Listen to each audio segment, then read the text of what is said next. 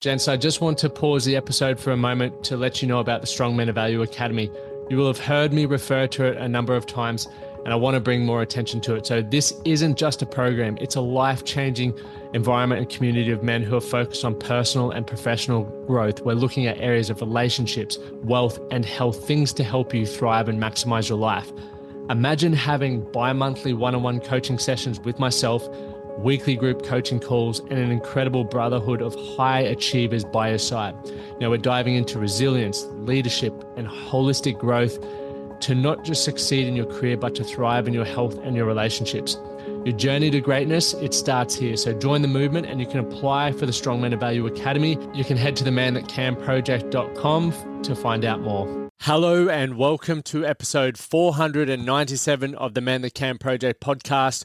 I'm your host, Lachlan, Stuart, and it's great to have you here. On this podcast, we aim to inspire men like you from all around the world to live their best lives by taking ownership and responsibility for the outcomes and the direction of your life. Today, we have a truly inspiring guest, someone that really blew me away with his story and his knowledge around so many things that answered burning questions in my own mind. And today's guest is Joel Gondara, who is an incredible man. He's a bloke who went from zero to $1 million in 13 months.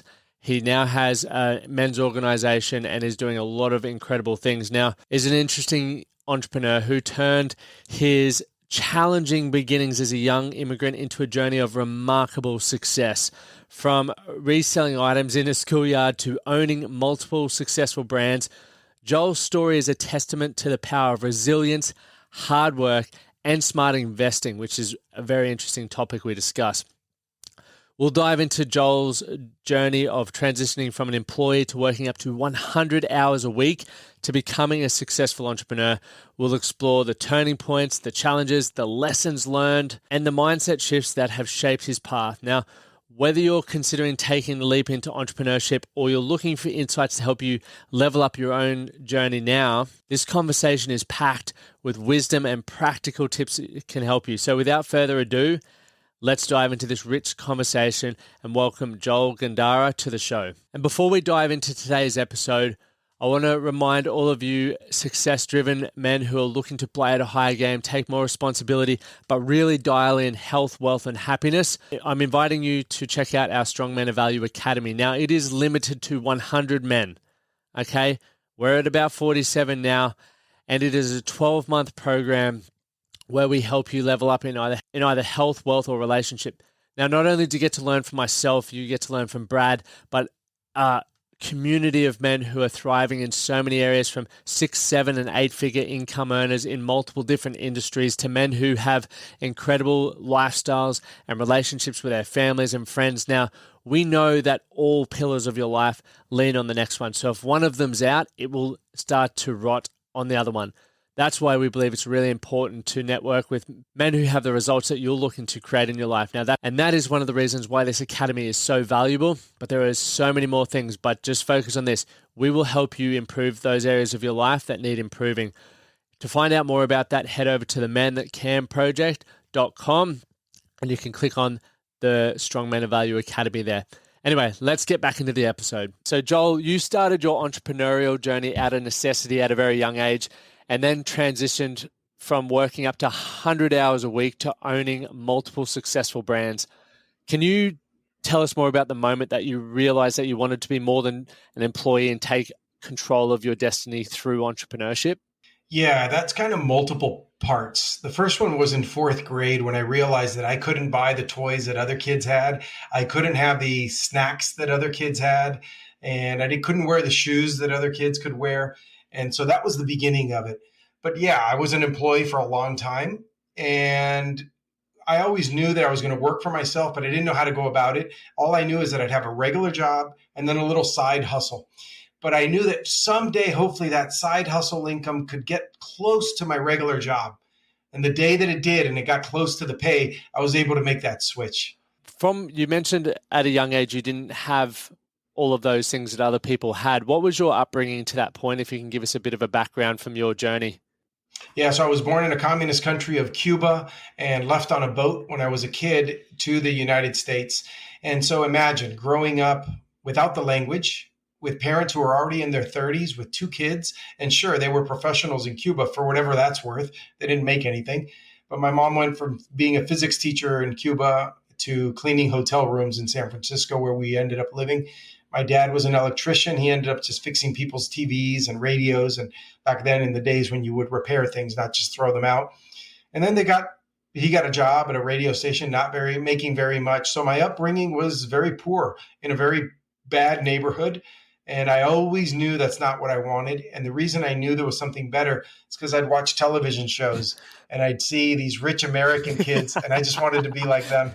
Joel, that's spot on, because here in Australia, a lot of our TV is influenced by America, and it's just so exciting for us with what's possible. And we get a lot of our, I guess, entrepreneurial endeavors from the United States, so I can definitely relate to that. What was it like, I guess, having grown up in poverty?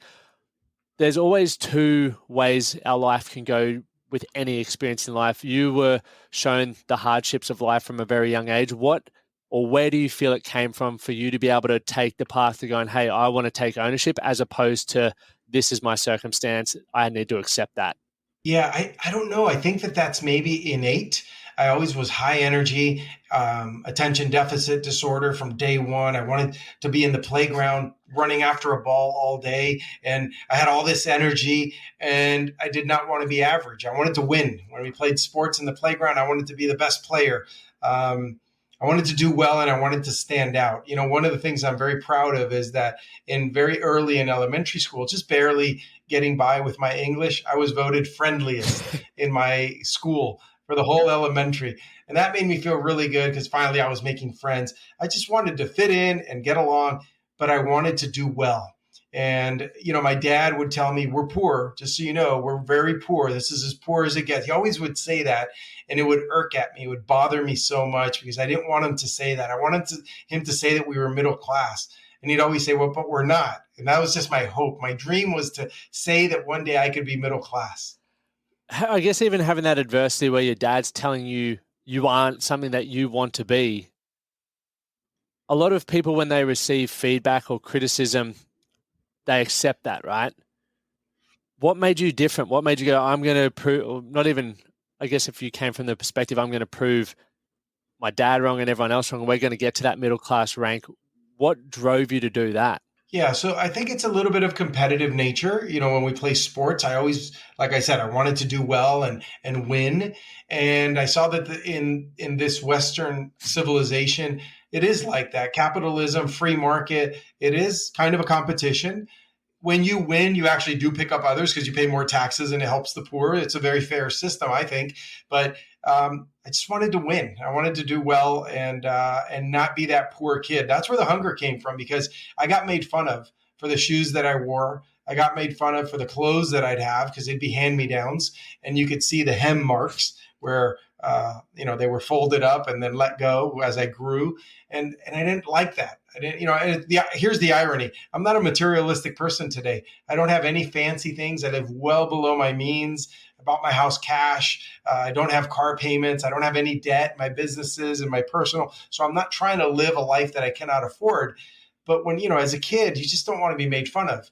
You don't want to have the lunchbox that the teacher gave to you because she felt sorry for you and everybody laughs at you over that. And I have a series of things like that. Kids visiting my house after school and saying, where are your toys? And I didn't have any.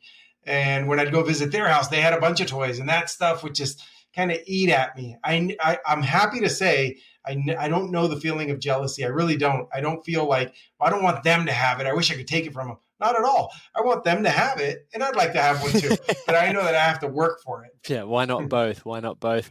How has that impacted you as you've grown older? You mentioned you don't focus a lot on the materialistic possessions now, but as a young age, you wanted that because you didn't want to sort of go to that middle point of the journey where you started to recognize or realize that the materialistic possessions weren't everything that maybe you once wanted. Yeah. So fortunately, I did get something very valuable from my parents. They lived way below their means, never made much money. But 2 years after moving to this country, they bought a house. 7 years later, they paid it off. that's unheard of. They never went on vacations. They did not enjoy life. All my parents have done all their life is work to provide for us just the basics, just food, a roof over our head. And so I never had that attraction to buying fancy things. And I always wanted security because when I have memories as a kid where my parents bought that house, but then they couldn't afford a refrigerator because where we were renting before, the refrigerator was included. When we bought the house, there was no refrigerator. For a while, we had a cooler, and my dad would buy ice every few days, and that's where we kept our food. So when you have memories like that, that could go two ways.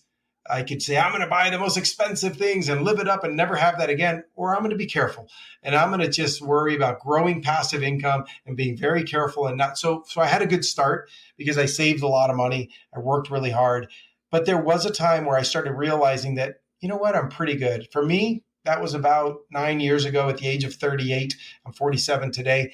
I realized that the house I have is my dream house. And my wife agrees, and our kids agree. And we don't need to shoot for anything higher. When I got to that realization, my life changed. My perspective around money changed. Passive income became more than enough to live on. And I didn't need to keep putting my foot down 100%, sacrificing my health and sacrificing my family time to earn more money. So that was a realization I made around that time. Was there a specific moment that made you realize you had your dream house and you actually stopped for a moment? There was. I'll tell you the story. It was 9 years ago I bought this house, and I could have bought a bigger house, but it was a nice house. It's a nice house. It's 5 bedrooms, 4 bathrooms, 3-car garage. Here in the States, we measure it by acres. It's about a quarter acre. It's in a beautiful country club, gated community with professional athletes that live here from a lot of sports teams from Florida. It's the safest city in Florida. It's like the 50th best city to live in the United States. Great place, great house, great neighborhood. However, there always is that little doubt. Well, could I have bought a bigger house, a fancier house? Call it what you may. Well, that was we bought the house, and about 3 months later, it was summer vacation, and I'm riding bicycle with my 2 oldest boys. We have 4 kids, but my 2 oldest were, let's call it 8 and 6 or so. Middle of the summer, middle of the day, riding bicycle throughout the community. And I take them as a surprise. They hadn't been there yet. 2 blocks down, there are absolute mansions within the same gated community. Houses that are double or triple the size of mine. I mean, just impressive homes on the golf course, on the lakes, just beautiful. And I tell my sons, look at this street. And as we're riding down, they're looking to the sides going, wow, every house is more beautiful than the next. And they say, why didn't we buy a house in here? Could you have bought a house in here? And I explain to them as we're riding, I say, yes, I could have bought a house in here, but I would have had to take a mortgage and I would have to pay thousands of dollars a month. The property taxes would have been higher. The maintenance would have been air conditioning, heating, help to clean such a big house, all of these things. And we could have done that. However, I would be a lot more stressed out, and I probably wouldn't be riding bike with you guys right now. I wouldn't have this freedom that I have in my life. And by the way, have you boys seen any other dad in the last hour that we've been riding through this community, going through all the parks in the community? Have you seen one dad? It's because they're working and they're stressed out.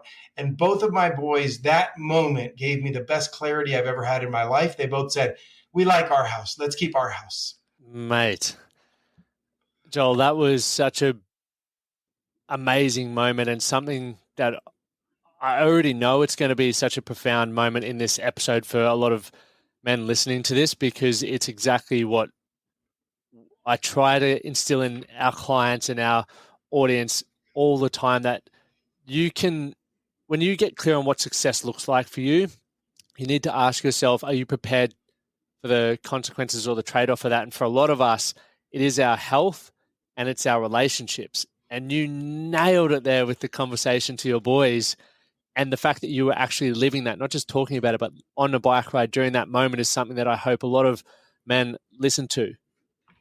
A lot of children don't want all the materialistic things that we feel they do. They want dads. They want active dads. And that moment for you and the way you articulated that was so powerful, Joel. You also... Yeah, I hear it a lot. I hear a lot, they don't appreciate what I'm building for them, what I'm doing for them. I had a Zoom call with about 40 guys recently, and the topic was, tell me about your father. Mm. And I didn't hear one guy in there say, yeah, I just wanted my dad to work more. I wanted him to work harder. On the contrary, more than half of those guys said he was never here. He'd left before I woke up and he got home when I was getting ready for bed.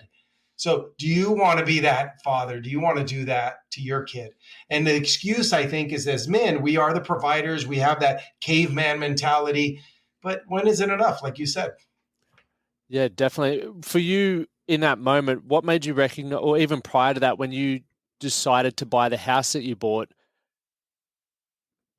was it conversations with your wife? Was it the fact that you've seen so many people go in above their means that they've had to sacrifice their life? What gave you the insight to go, look, I'm happy to live below my means so that I can have the opportunity to spend time with my family and my friends, etc.? Yeah. So, first of all, I have a very hardworking wife. She was a registered nurse up until 30 years old, and we made a great decision to retire her. Once it raised our quality of life at 30 years old when she stopped working. At that point, I was 36. Man, our life skyrocketed as far as she could be home with the kids. She could be, with me more. We could just do more things. So if that was the case, if her working less raised all of our quality of life, maybe I could work a little bit less and raise our quality of life. So you have to have a partner that's on board and has the same work ethic. Now, I'll tell you this. In the book, The Millionaire Next Door, this question gets answered almost the same way by all those successful millionaires. And it's, my wife is more frugal than me. So I'm in that camp. I cannot get my wife to spend money. How many men say that, right? So one day I remember telling my wife, I gave her 5 $100 US bills, and I said, do not come into the house until you show me receipts for clothing that you spent all this money. We've never been in a fight in 21 years of marriage, but that almost caused a fight. She goes, I cannot do it. I cannot. All she worries about is, she sees money the way I see it. It's to give ourselves a very comfortable, beautiful life without the extravagances, and also to keep our kids honest and keep them hungry, because she grew up in a way that she stayed hungry. I stayed hungry, not physically. We had food, but we had that hunger to get ahead. Now, if you want to talk about it, I have a lot of friends who are very successful. I have a couple of friends who are billionaires. And one thing that I find that's a problem is keeping the kids hungry and keeping the kids grounded. So we do that. That's a big thing for us. My number one job is a father, husband and father.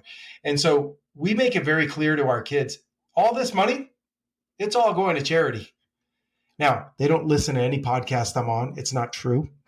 However, that's what they believe. Yep.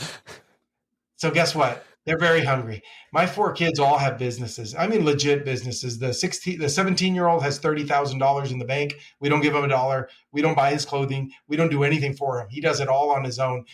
In 10 days from now, he starts in the U.S. Army. He's going to do great. All of them down the ladder have money in the bank, a little bit less as they get younger. My daughter has an Etsy store, and she spends about an hour a day sewing. She loves it. It's her passion. And she has a store where she sells her creations, and she does really well. She does artisanal shows. She'll rent a booth. She just turned 11 years old yesterday. She'll rent a booth and pay $100 for it and sew for 8 hours a day there and sell her goods. And that's all a result of us saying, it's all ours. We're not leaving it for you. We're leaving it for charity. You better hustle. You're on your own, but we're going to guide you, and we're going to tell you what we think is going to be best for you. You do what you want. And that has been the most fun adventure to see them create businesses. Do you mind if we talk about that? Because I definitely know there's going to be some parents listening in and wondering how on earth you got your children to start having this entrepreneurial crack at things. So firstly, what I took from that is you're not necessarily trying to pass on generational wealth, even though, they will, and hopefully they never listen to this, but it's more so the skills that allow each generation to create their own wealth.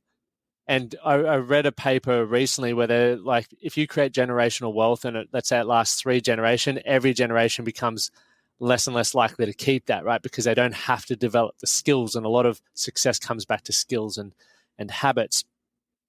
So the approach that yourself and your wife have taken, did you encourage your children to look at creating their own businesses or side hobbies, or was that something that they started asking you about, or where did that all come from? Like, how did you create that? Yeah, when we only had two kids at the time, the oldest may have been 6. And I would always tell him about my adventures as a kid. We're not a tablet kind of family. Our kids are talking to us. They will shake your hands and look you in the eye better than most adults, all 4 of my kids, because this is what we do. We sit around the dinner table and we talk. And it starts with, what's your favorite part of the day? You. And they're just fighting to get picked so they can talk, right? So we're talking all the time. Yep. When my oldest son was about 6 years old, he said to me, and I remember this at the dinner table after school, and he said, I want to make money how you did when you were a kid. How can I make money? And I said, perfect. Do you remember that chocolate fundraiser that the school did just a couple of months ago? And you and your brother beat the whole school. They won first place and they won a gift card and all this. I said, you guys did fantastic. That's all you have to do. We could go tonight and go buy some wholesale chocolate bars at this discount place, and you can go sell them. And his eyes lit up, his little brothers lit up, and they started. And that's what they did. And by the way, at any given point in my house, there's a pallet with 1,000 to 1,500 chocolate bars. All 4 of my kids sell chocolates. They do other things as well. But the oldest has a relationship with a fundraising company. He buys a pallet at a time. It gets delivered to my fulfillment center. We break it down into the car, and then we drive it over here. And then he wholesales it to his brothers and sisters at a very fair price. He only makes like $2 a box. But then he wholesales it to all his friends, the oldest one, because he owns the boxes, wholesales it to his friends, wholesales it to teachers at his high school, who then resell them to kids. But then he also, the oldest, he goes, listen to this. My son, when he was 13 years old, he's 17 today, made a deal with the owner of a bar where alcohol and cigars are sold, no food, where he could go in every day for 10 minutes. At 13 years old, he lets him into a bar because my son is the most convincing. He's a very good salesman. And he said, look, I'm an entrepreneur. This is my hustle. I'm trying to make money. Would you let me just pop in here real quick and sell? And he did it. And he came back the next day, and the guy's like, oh, you're back. He goes, yeah, would you mind if I keep doing this? And he goes, all right, kid, don't harass the people. If they say no, it's no. And you can come for 10 minutes a day. So my son has done streaks of like 5 months where he hasn't missed one day. And he checked on Google, and he found that 9 p.m. is the busiest time. He was in middle school, and he would ask me, Dad, can you get up? Can you put your clothes on instead of pajamas? Can you drive me over there? And he'd walk out with $60, $70 in one day. So he started accepting credit cards. He'll have you do it on your phone and sign and then at the end there's a tip, and he makes tips on that. So we've done this through. It has to come from them because, look, I own companies and I lead teams, and I don't tell them what to do. I ask them to tell me what the goals are and when they can execute them. Then I hold them accountable to that. I try to do the same thing with my kids. If I told them, hey, kids, you're going to sell chocolates, that sounds abusive. I mean, it didn't come from them. They're not going to want to do it. So it has to come from the person, and that's how we've done it. It's really incredible as well that just as we've glossed over your story, where you came from, Joel, to where you are now, and I'd love to go into more about where you are now in a moment, but as a result of the hardships that you've overcome and what you and your wife have created and the beautiful family that you've created, you now get to pass that on, and they're asking you questions that a lot of people, one, would never even think of asking, but two, you're talking about money around a dinner table. A lot of people never talk about money. Okay, so for people listening, regardless of where you're at, if we all have two choices. We can stay where we're at, or we can decide we want to improve our situation. And look, we may never get to where you truly want to be. However, what you learn, you can pass on to the next generations. They're only going to compound your knowledge, Joel, your children, and they're learning this imagine if you knew this at, it'd be wild, right? So I think that's an incredible thing. Going back to what I mentioned just a moment ago, the money conversations, you're talking about money with your children. I never had that as a young fellow growing up. We just, had the belief that money doesn't grow on trees, wealthy people are greedy people, all of that. So I had a lot of negative beliefs around money. Why do you feel it's important to talk about money within your family and with people in general? Because they say that money and finances are the number one reason for divorce. At least that's what gets blamed on. I find that there's a total at least here in the States where I've lived most of my life, there's a lack of understanding of money. The government can just print money and people think that's fine. The government can get trillions of dollars in debt and people don't know the difference. They don't even know what that means. People believe that to have a good credit score, they have to pay interest and they have to have all these balances. That's funny because I've never paid interest in my life and I have an 800 and something credit score, which is a very good credit score.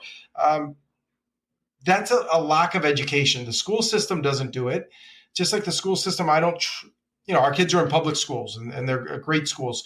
However, I don't trust the school system to do everything for my kids. And they definitely don't know about money because most of their teachers don't know very much about money. I saw in college, my first semester in college, it took me 10 years, by the way, to earn a bachelor's degree because I had a full-time job, I had a part-time job, I had a business. So 10 years and I paid for it myself, every penny, every book, every single semester, no parents helping, but I saw a lot of weird things in school because imagine by the time I graduated, I was 28 years old. I had a business. I was making more than my professors and I knew a little bit about money, but I saw that nobody was teaching this. In my very first semester, there was a table and it had a chocolate bars and I was starving. It was around lunchtime and they said, if you apply for a credit card, you get this huge chocolate bar. So yeah, I was going to do that. However, fortunately for me, my parents had already taught me, get a credit card, earn points, cash back, whatever you want. But when that bill comes, you pay it all. So if you're going to spend $20 on gasoline, sure, put it on the card, but you know it's coming. The bill will come and you will pay it in its entirety. My parents have always done that because they made very little and they didn't have aspirations of overspending. And they taught me that. And so I am trying to teach that to my kids. So as they get older, so I'll give you an idea. For them, saving money is just a normal thing. Buying your first house pretty soon is a normal thing. My 17-year-old is saving to buy his first home, and he wants it to be a rental property. And he's already told me, I'll pay you rent here, right? Because it's $200 a month when you hit 18. It's here, just like my parents did to me. He said, if that $200 a month is cheaper, then I'll just rent out the entire property that I'm selling, or I'll rent out the rooms because I'll get more money for each room. This is a 17-year-old. He's been telling me this since he was 16. Why? Because at 22 years old, I bought my first house. I kept the master bedroom for myself. I was a single guy, master bedroom and bathroom on this side of the house for me. And over here, I rented out the other two bedrooms. That paid my mortgage. So that was September of 98. I bought my first house. Guess when I bought my second one? September 99. My third one, September of 2000, and my next one, December of 2001. So in 3 years and a few months or so, I bought 4 homes.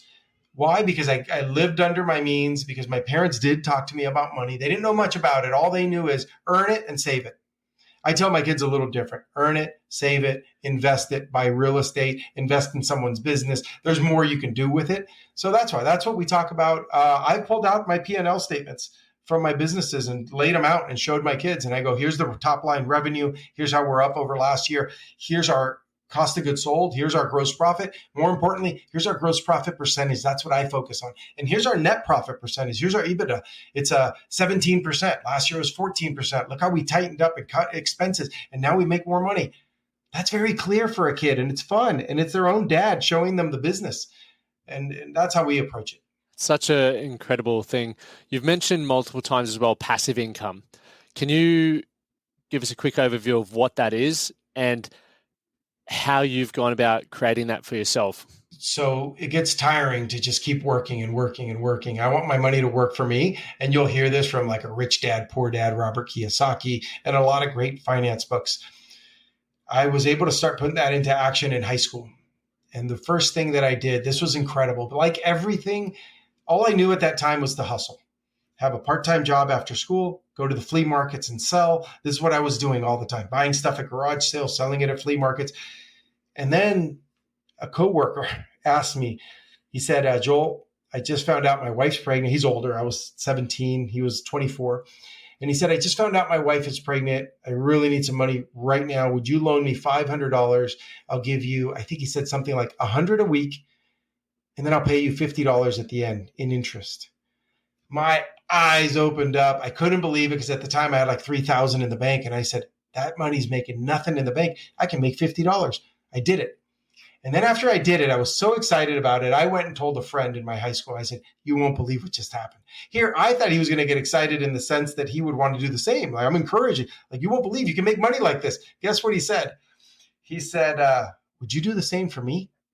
And I said, do you want to borrow $500? He goes, yeah, I'll pay you back the same way that guy did. And he did. And I made another $50. He told a couple of friends. By the time I was like 19 years old, at any given moment, remember, I wasn't making very much money. I'd have $10,000, $20,000 out in the street loaned, and I never set the conditions. Yes. And I never said no to the conditions that any friend said. So if a friend said, give me $1,000, I'll pay you $100 a week, and then I'll pay you an extra $100 at the end, yes. If they said the same thing, but they said, I'll pay you an extra $50 at the end, I said yes. I never said no to one friend. I made a lot of money. That was pretty passive income because every Friday they were bringing me a payment, and I wasn't doing anything. It was money that was sitting in the bank. That was my first taste of it. And then from there, I've done more. I own real estate. I own a couple of companies that I founded and I worked really hard in the beginning, but I'm not active in them anymore. And I'm now in the process of actually exiting one of those businesses, and I should be closing in the next 4 weeks to finally get a big cash out, which I've never done. I've always just had these businesses in place. So passive income is make money, earn it, save it, invest it in something that just every month you get a check in your mailbox, whether that's real estate or that's a business that you found and you started and you worked really hard, but now you hire a replacement and that person's the new boss and you just stay home and collect a $5,000 or $10,000 or $100,000 check every month, whatever it is.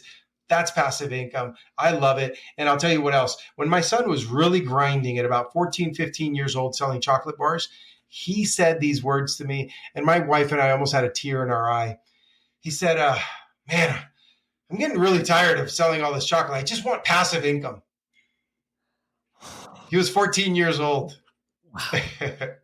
Thanks for sharing that. It's such an incredible thing. I was first introduced to the idea of passive income in 2014, and it just opened my eyes to the possibility of how you could set yourself up for life. And one of the things I've been very intentional with is obviously, business is great for cash flow and stuff, but I've always had an idea of how am I going to have my money working for me? And also with a business, how can I step outside of it so that I can collect, as you said, that check as well and have more funds to do more of what I want to do. And I think a lot of people, because they aren't aware of it, or it may sound challenging, because it is a long-term play. You don't just create it overnight. However, I do like the loaning your mates money idea. That is a bit more instant than, for example, growing a business.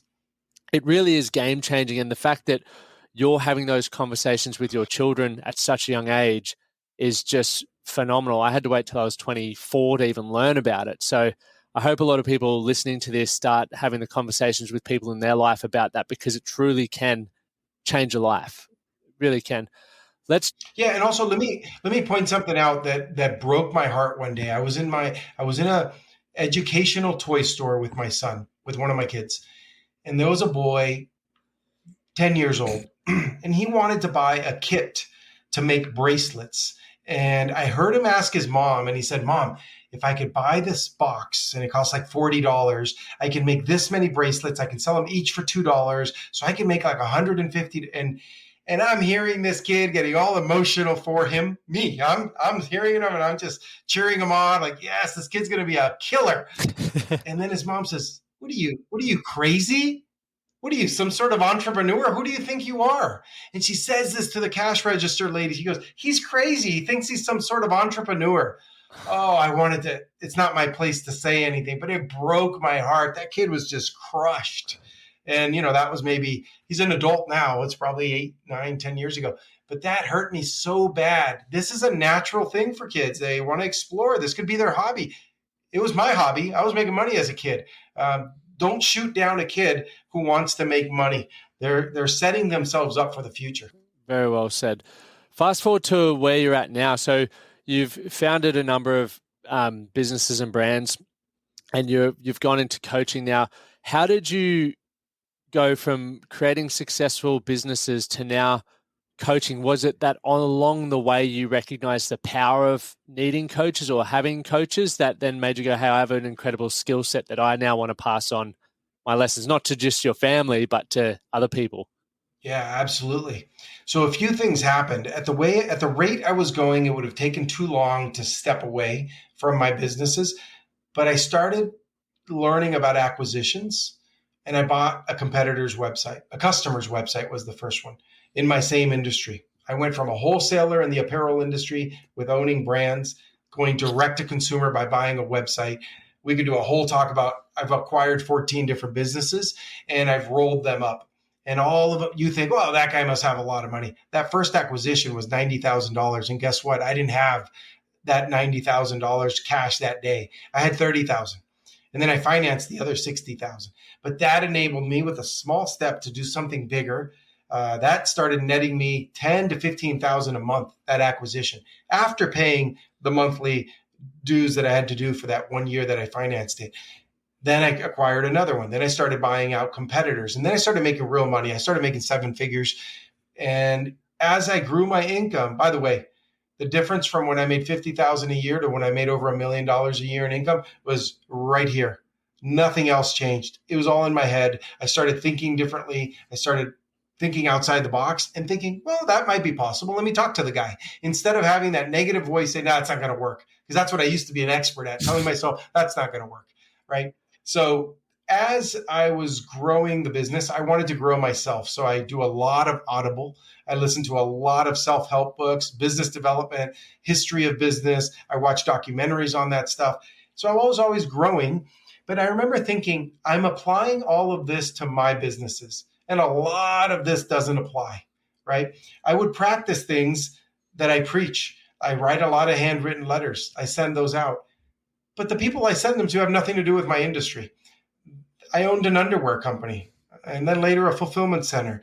And not because I write a letter to some engineering firm who I met the CEO, he's not going to buy underwear from me. He's not going to use my fulfillment services. That doesn't really do anything for me. But a lot of the things I just kept practicing because they seemed like the right thing to do. And what happened was I started mentoring. I've been mentoring for over 20 years in different organizations for free. And one guy asked me if I could be his coach.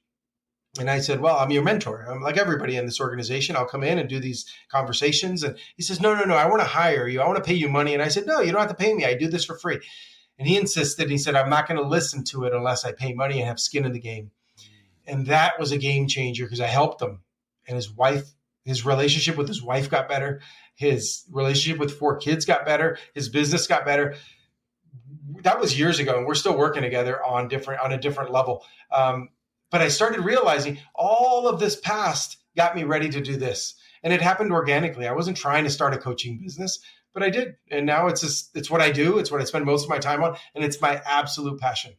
Beautiful to know that you did it without anything in exchange for so long as well. It is a really fast growing industry. And I think much like even personal training, when it came on the scene, everyone wanted a lifestyle job and heard you could make good money, etc. But when you have people who have decades of experience who've been doing it anyway, and they have their own tried and tested businesses to go with that. So you understand what it's like to experience the financial stresses, having to deal with different tiers of management and people's expectations and problems. And then also go, what? I need to manage my family. I need to look after my health as well. You've lived that. And so to now have people going, look, I'm paying for that. That's an incredible thing to put out there. But you wrote a book and you had the program, The 31 Days to Becoming a Better Man. Why men specifically? And what's all of that about? A couple of reasons. I'm really into challenges. I've run like an ultra marathon because I wanted to see if I could do that. Yep. I started jujitsu and I've competed a couple of times and I enjoy that. I love challenges because when you put something in your calendar for 3 months from now, guess what? You have no choice. You better eat well. You better sleep well. You better run some wind sprints. You better lift weights. You better do all the right things. And I like that because ultimately I'm not going to become a professional athlete, especially at this age, but I want to be healthy. Yep. And I want to live a good life. I want to set a good example. I want my wife to be attracted to me through physical exercise and all these things. So I found that men, look, I love women. They're the best thing that was ever created, but I know men better because I'm a man and I could relate better. So I noticed almost all my coaching clients were men. And I wrote a book on helping a man become better through the practices that I've been doing for many years, and tried and tested, but also I coach amazing men, entrepreneurs, CEOs, executives, and I see what works for them. And then we tweak it, and we've tested it for years. And then what I did is just put that into a book for 31 days. But it's not just a book, it's a program that we all go in and we do it together, and we have a WhatsApp group and we chat about it and we motivate each other. And that started very organically. I picked up a challenge book and I messaged 24 friends, and all 24 said yes. Now, not coincidentally, all those guys are multimillionaires. Everybody I got in that first group are extremely successful. So when one of their friends reaches out and says, hey guys, I got this amazing challenge idea. Do you want to do it with me? I don't think I got one no. They all said yes. They jumped in with me. And as soon as we started going, we created a WhatsApp group. We started doing Zoom meetings. And by the way, this is like 6 months ago only. They said, Joel, this is a business. You got to do a second class. Let's call this one 001. Do 002. We'll pay you to be in that one. Wow, this is amazing. Very organic and very natural. I'm still figuring it out as I go, but we've actually created a nice 5-figure business in 6 months. I mean, per month, 5 figures, and it's growing. And then we do. So here's how everything works. I'm a member in entrepreneur organization, and I have a lot of friends in there. And so one of the guys was in that second class, and then he gave me a great idea. And he said, Joel, the class is great, but then it's over. Why don't you do a maintenance program? So we started a maintenance program in the last 3 months. We have 35 guys in there. And so that's been the organic way that we've built this up, not forcing it, letting the market decide. The guys are giving me ideas and we're implementing them the same day. And that's what we're up to. How important is environment for success for men? Look, I've always said that being an entrepreneur is a very lonely place. And then I realized something a few years after. Being a man is a lonely place. And I'll tell you why. My wife gets together with her girlfriends and they go to breakfast and they're out there for 4 hours. Why? Because they're talking and they're chatting. Guys don't normally do that. Guys usually talk less. I know I talk a lot, but in general, guys talk less. They don't express their feelings. They don't express their emotions. They don't have a safe place to do that. And by the way, guys are in a very tricky place right now. We grew up being told, you don't show your emotions. You be a tough guy. You don't cry. Okay, we're dealing with that. We work that way. And then we have a society that now tells us, well, being a man is toxic and that's not very good. And being a man is a negative thing. And if you're a straight man, you probably are a bigot. If you're a white man, you might be a racist. There's a lot of all these signals, and some guys are just trying to be a good person and get by. So what I think is important to create is that brotherhood, that group that you can get together in and you can express yourself and be honest, and then form one-on-one bonds with each other. I encourage that tremendously within my group of guys. It's everybody should be talking to each other. Between now and our next meeting, have a one-on-one with one of the guys, right? Start talking, because when they share their problems, all of a sudden your problems aren't as bad as you. Okay, I'm going through the same thing. Okay, I'm normal. I'm a human. I'm a guy. And I think that's extremely important. And if you get in a cocoon and you stay by yourself, you're going to just be depressed and not feel very good because you think you're not normal. Have you noticed anything around levels of income for people based off their ability to get involved in activities like that, for example? Or, for example, you mentioned a lot of them were millionaires who jumped at it. Were they more receptive because of their income levels, or was it because of the development behind them? Or have you noticed any, patterns or correlations to income level? Yeah, but it's not what you think. I think it's the reverse. They are where they are because they jump on opportunities to work on themselves. So guess what? If you work on yourself a lot, you're going to have a better marriage. You're going to have a better relationship with your kids and everybody around you. And you're probably going to make more money, right? I started with no money, but I started being friendly and interested in people. I love talking to people and I love learning about them. Right now I'm talking a lot, but if you and I were at a party, I'd be asking all the questions. I want to learn about people. I want to know everything about them. This isn't the right environment. I'm not going to go on your podcast and ask about your life right now. But look, yesterday in jiu-jitsu, there was like a little break in the action and the coach was about to start talking to us. We had 30 seconds. And I said something to the guy next to me and he was surprised that I knew that about him. And I said, yeah, and you have a baby on the way. and you used to work at this law firm and you left and now you're back. And you were a wrestler in high school and you went to Western High School. And the guy was like, dude, that's why you're so successful in business. That's amazing you remember all that. Well, so see, I wasn't successful in business. I didn't make a lot of money, but I have an interest in people and I have an interest in growing myself and connecting with people. And when you do that, at the end of the tunnel, at the end, there's a prize and it's success and to be ability to make more money. So work on those things. The money will come in the end. The success will come in the end, but you got to put in the work. What would some of those, when you say the work, what would that necessarily look like? If you were to give a quick few bullet points for blokes listening, saying, all right, I hear the word work. What does that actually mean for me? Yeah. So personal development, it's hard to make blanket statements because I could say, work on this one thing. Maybe the guy's really good at that, or that's his weakest point, and why even bother? And I agree with that sometimes. Work on your strengths and get really good at a few things. But look, there's so many books out there. I would start reading really good books like The Secret, Rhonda Burns. I think she's from Australia. That is one of the best books you could ever read because now you start thinking positively. That negative voice, which by the way, I mentioned it earlier. I was always telling myself, that's not going to work. Or actually, I wasn't saying it, this stupid negative voice in my head. So reading a book like The Secret, reading books like Extreme Ownership by Jocko Willink and Leif Babin, Navy SEAL commanders who talk about extreme ownership, where everything in your life, guess what? Good or bad, it's your fault. Things aren't going good in your life, you probably have something to do with that. And accepting that responsibility and not pointing the finger and blaming it at someone. You start reading these sort of books and they start developing your brain to becoming more like the guy who is making $1 million a year or $5 million a year. And if that's not your goal, that's fine. It gets you to the guy who makes a good income, but has a phenomenal relationship with his wife.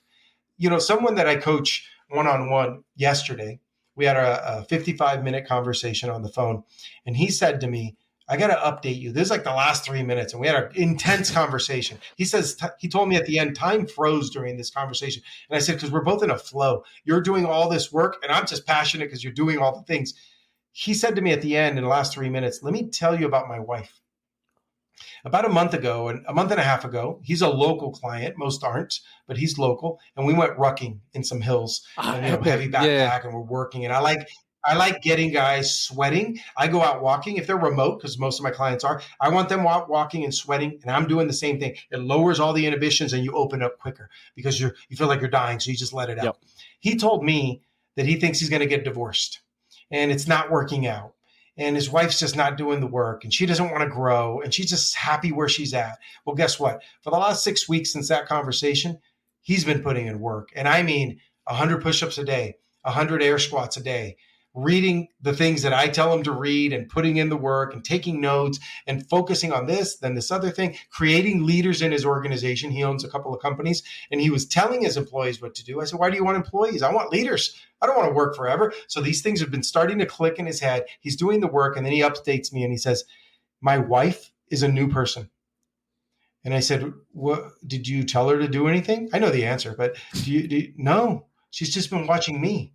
She's been watching me lead better, lead our family better, lead her better as a positive leader. He's not telling her what to do. Guess what? He goes down and does 100 push-ups and he doesn't say a word.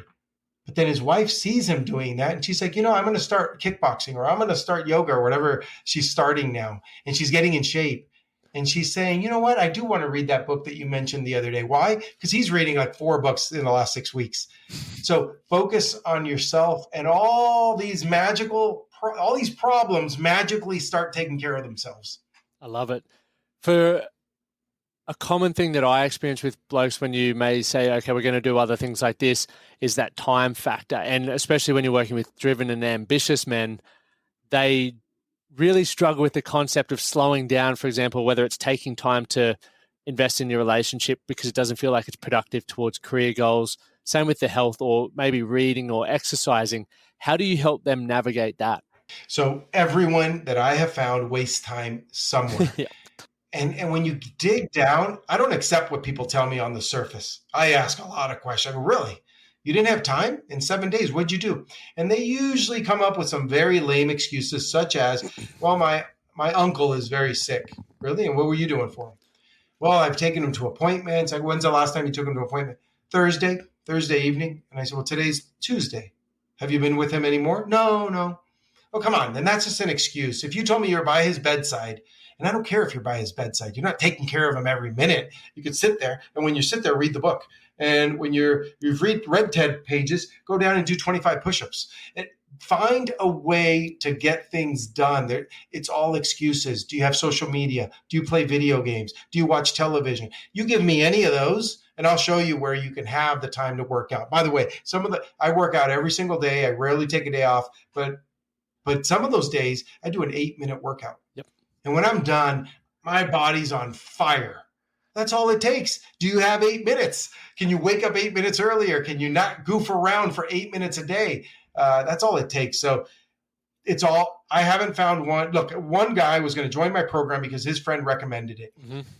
And then he had a call with me and he told me, look, here's the problem. And man, he made a good, compelling argument. He is the busiest guy you've ever met. He did my program. He joined the ongoing maintenance program that we call the Brotherhood. He's very active in it. He's now going to lunch with every guy in there. And I see pictures of him getting together for the local ones that he lives near. I haven't challenged him yet to say, what was that whole 25 minutes that we spent on that phone that one day where you told me you just don't have time in a day? Well, guess what? He's not doing social media much anymore. He's not goofing around on a TV.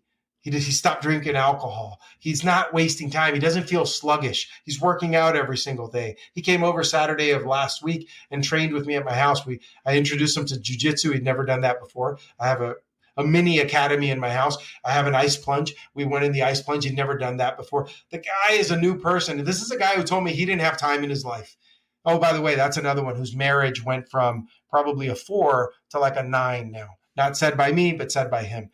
And he didn't have the time to do the work, but when he found those couple of minutes a day, life's better now.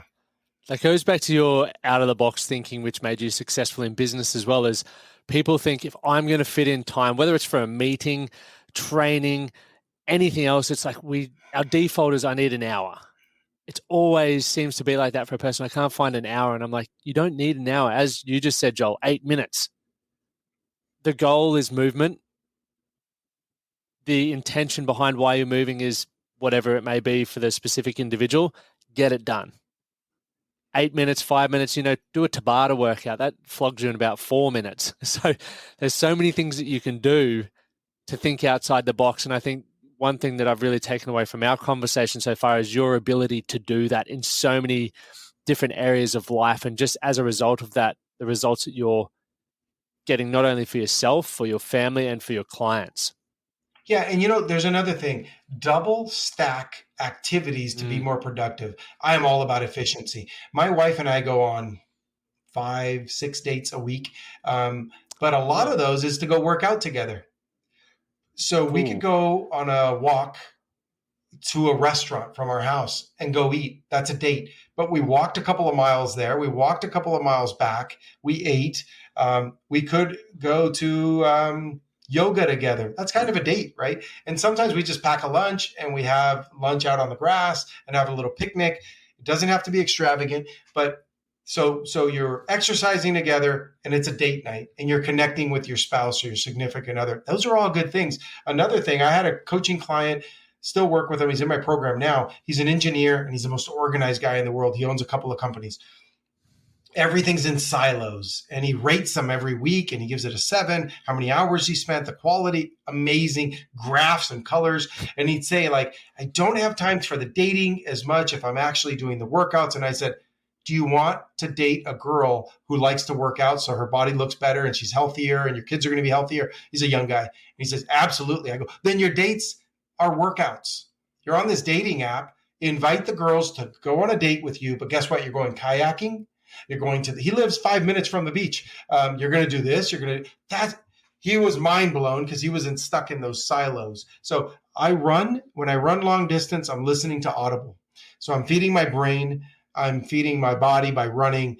I've learned to execute at a faster pace because my brain works pretty quickly. So I went from one-time audio to 2.0 to 3.0. Now I listen to books to 2.75 is where I'm currently at.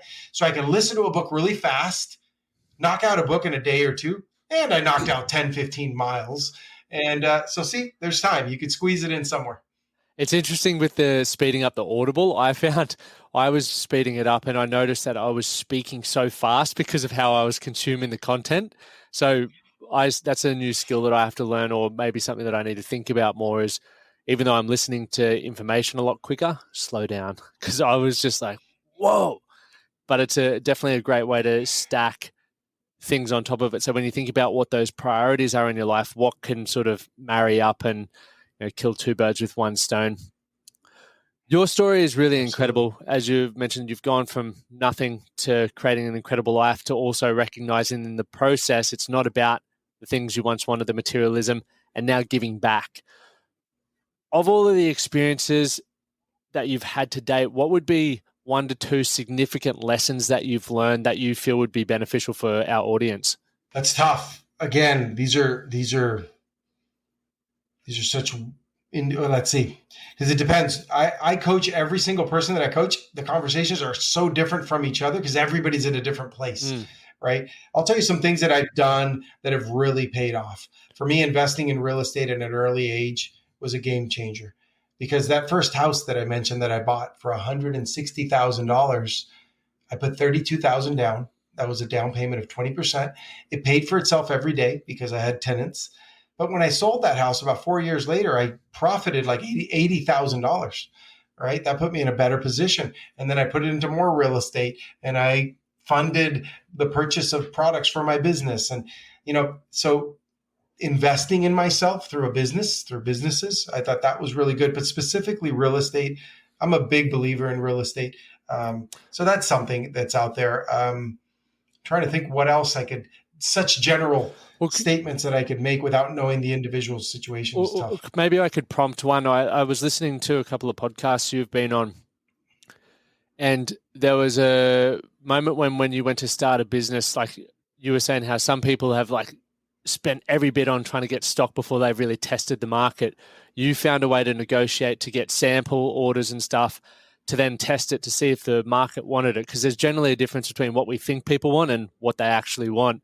So can you maybe share some insight around, for maybe people who are looking to start a service or a product or invest in something, how they can do that in a more manageable, risk-adverse way?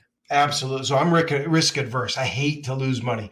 So don't think I'm this wild spender and risk taker. I'm not. I do take some risks, but they're pretty calculated, and I've done okay that way. I started coaching a lady who owns a technology company and does very, very well. She called me because somebody recommended that she hire me, because she started an apparel company, but it was too late. Her initial opening order was $800,000. She's never sold products online. She's never had an apparel company. And she invested an opening order of $800,000 plus a warehouse that she rented, staff, tables, racks. I mean, she went all out. My opening order, when I first took it serious and said, I'm starting my own brand, it was an $80,000 order. But before that, it was $500 that I bought of something so that I could go test it. I did not go crazy. Now, I'll tell you, here's the big one, because now you prompted me very well. I have never written and I have never read a business plan. That means zero to me. I'm a small-time entrepreneur. I'm not this corporate guy that reads big fancy documents. So here's what I do. I'll give you the example. My son, the other day, we talked about this. The school district where he goes to school has a new rule for next school year. You have to wear transparent backpacks. They want to see everything that's in it. A clear backpack for safety concerns. Wow. Well, I don't think Amazon is going to have enough of these in 3 months. So I told my son, there's an opportunity. Go buy a few right now and put up a little website and test it. Test it quickly, because summer's starting now. And in 3 months, 3.5 months, school starts. Now, place a $500 order and buy some backpacks. Worst case scenario, you sell them to your friends, test it out that way. And if you see this start selling immediately, put all your money or put half your money and buy all of these, because the supply is going to run out, because this is the sixth largest school district in the United States. And they're requiring this, and maybe others will, right? So I wouldn't go write this fancy business plan, which by the way, the market will go by too fast and you won't have executed on time. But I would order that. I don't know. I don't think my son took me up on it. That's fine. That's his call. But I would have ordered that day. I would have spent $200, $300, $400, whatever. Put up a little Wix website that costs you nothing and go tell everybody, go put it in the Facebook group for the community, go tell all your teachers, go test it. And if this immediately starts selling, put it all in there. But that's how I approach everything. Obviously, that's not my business. That's not what I do, but I do other things that way. And I have found that it's a very natural. I like organic results. I like going after it in a logical approach. And so yeah, that's something I've learned from seeing others do it another way. I have not done it the other way. I have not risked $1 million on an idea. Today, I heard the documentary on the Segway. That device never did anything, but they put millions and millions into it. I don't want to do that. I recommend people don't do that. Start small. It's genius advice. And when I was listening to that podcast, as I mentioned, when I heard you saying that, I was like, it really challenged me because a lot of business coaches that I've worked with have been like, what's your plan? What does that look like? Show me the areas of your business. And from when I went to where I started to multiple six figures was just like, where's the problem? How do I solve it? Let's go. And obviously you don't always hit a home run with that, but you learn a lot, as opposed to a lot of people are always getting ready to get ready. They need to have it proofread and triple checked. And I'm like, sometimes you just got to take the action. And so when I heard you say that, I was challenged, but at the same time, it made me feel good to know that someone was extremely successful and didn't need a business plan. Yeah. So action first and then a little plan in place. Yeah. Because now you start saying, this works. Okay, what do I got to do? I got to order a bunch of stuff. It's a to-do list.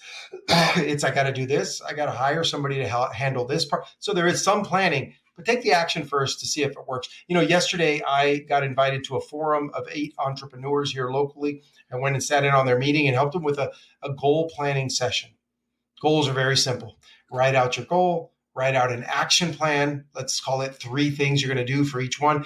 But the part that nobody ever talks about, put it in your calendar and invite an accountability partner to make sure it happens. So what I volunteered as my gift at the end of the thing is each one of you, 8 guys, 7 or 8, here's my email, add me on there, right? Add me on all those actions that you just planned. So today I already had to check in with 2 of the guys.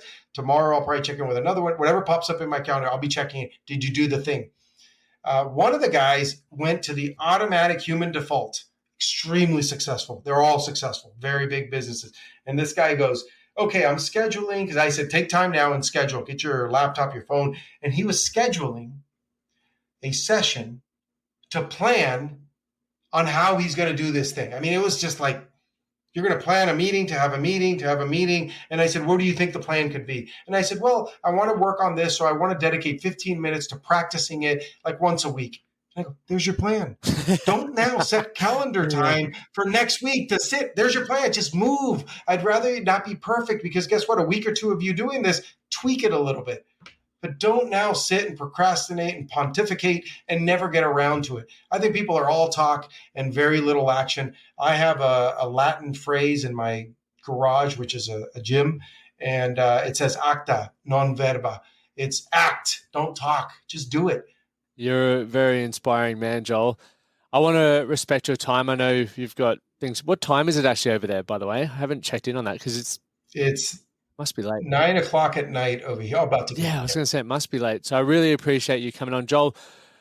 I've taken away a lot from this in so many different areas. There's going to be a lot of blokes listening to this who are doing the exact same thing. Where can people find you? Where can they listen to more of your content? Where can they get involved in your programs? Sure. So I'm on social media, Instagram, Facebook, but if you visit my website, joelgondara.com, my name, there's a little button up top and it says challenge. And if you look at that, it's going to show you these 31-day classes. That's it. You do a 31-day class. You're going to be blown away by how inexpensive it is because I'm not doing this for the money. I don't need it, but I do want people to put a couple $100 up just to feel like they're in it. And then they buy the book, 31 Days to Become a Better Man. I have friends that bought the book and didn't do the class. They did it on their own. Then they signed up for the class and they go, the second time was much better because I did it with this group of guys and we got to know each other and we built community. Some have started businesses together. I've already invested in 2 businesses from the guys that have gotten in the program. because you get to know somebody really well. And now you feel comfortable with them. You see they're an outstanding person, so you feel comfortable. So to reach out to me, go through my website, joelgondara.com. Awesome. And I look forward to linking up when I'm over in the States next. Yeah, I'd love to meet you in person. Thanks for your time, mate.